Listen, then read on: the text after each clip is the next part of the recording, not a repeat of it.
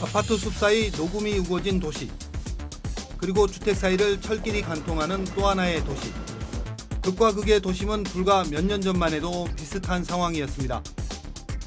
하지만 한 도시는 지상의 철길을 지하화한 뒤 그 부지를 공원으로 조성했습니다. 그러자 지역에 놀라운 변화가 생겼습니다. 사람들의 발길이 이어지면서 침체됐던 거리가 활기를 되찾았고 마을 전체가 살아났습니다. 그야말로 상점벽해가 된 겁니다. 서울 마포구 경의숲길 이야기입니다.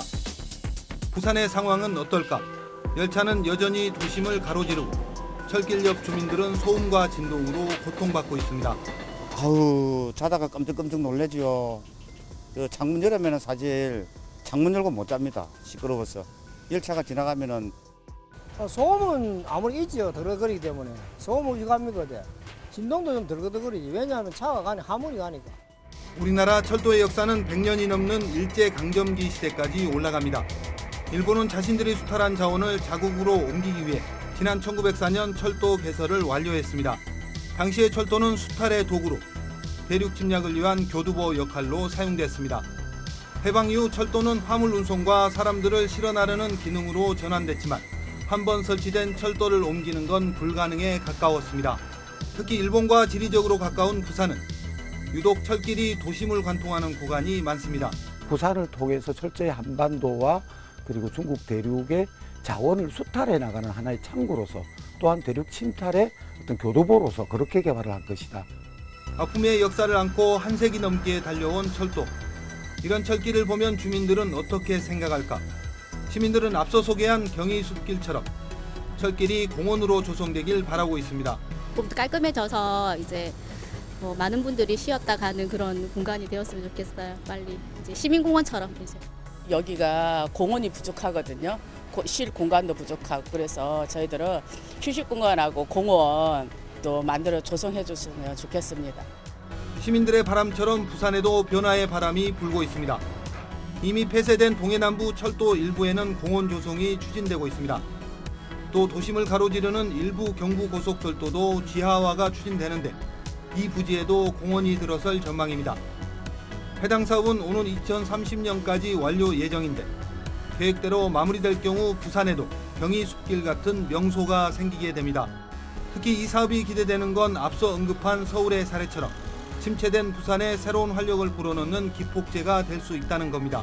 초고층 빌딩이 막 숲을 이루고 있고 이런 모습이 아니라 그야말로 시민과 외지에서 온 관광객과 외국인들과 이런 사람들이 어우러져서 문화와 예술이라든가 또 관광 또는 여가 활동 이런 것들을 함께 할 수 있는. 이와 더불어 부산역 조차장, 부산진역 주변 철도 화물 부지, 범천동 철도 정비창 이전도 동시에 추진되고 있습니다. 해당 부지들을 공원과 같은 공공 목적으로 사용한다면 부산 도심의 지도가 뒤바뀔 수 있습니다.